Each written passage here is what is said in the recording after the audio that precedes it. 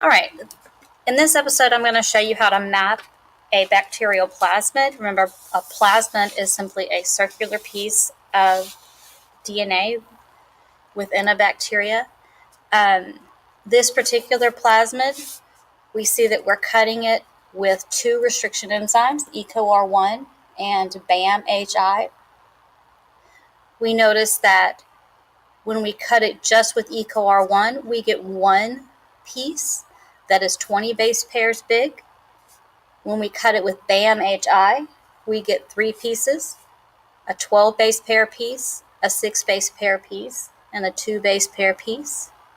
Then, when we throw both restriction enzymes in with the plasmid, we get 4 pieces, a 2, a 4, a 6, and an 8. And just for simplicity's sake, there's no significance or pattern there. It just happens to be the way this plasmid cuts.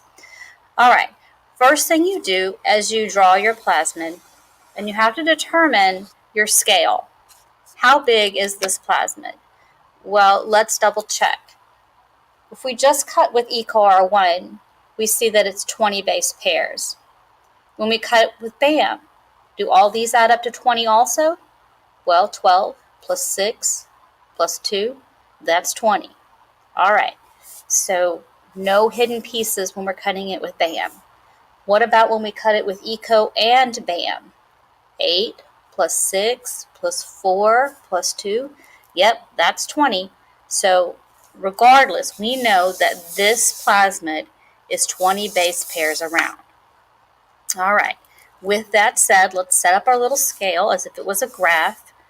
If this is 20, then from halfway is 10, a quarter way is 5 base pairs. So from here to here is 5 base pairs, from here to here is 5 base pairs, here to here is 5 base pairs, here to here is 5 base pairs. That just gives you kind of an idea of where your scale is.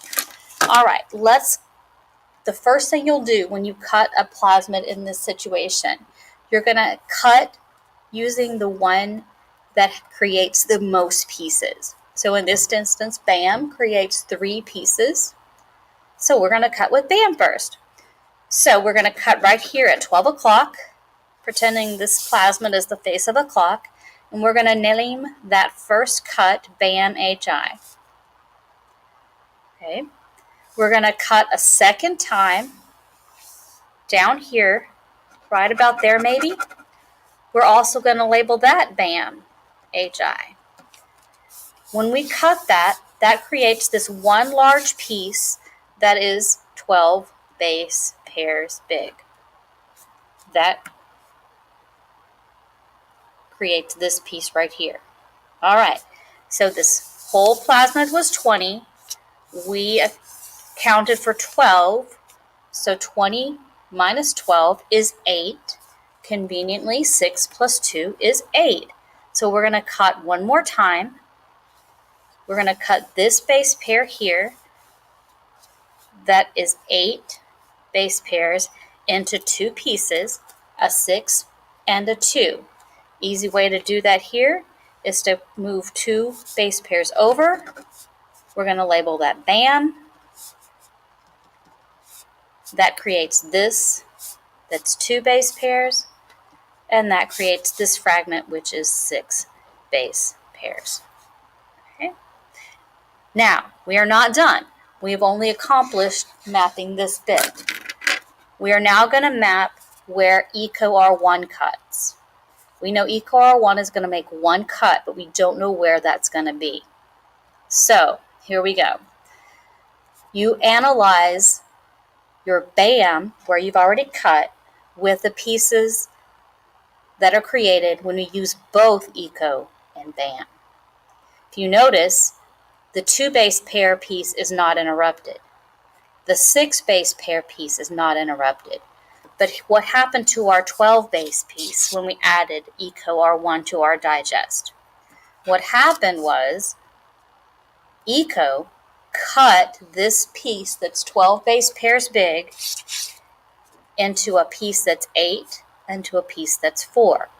So to finish this plasmid mapping, we're going to go in and we are going to make a cut right about maybe here. And we're going to label that eco, R1. And that creates this section, which is the 8 base pair piece. And that creates this section, which is the 4 base pair piece. And that is how you map a plasmid when you're using 2 restriction enzymes, when one all by itself creates one piece and the other creates multiple pieces.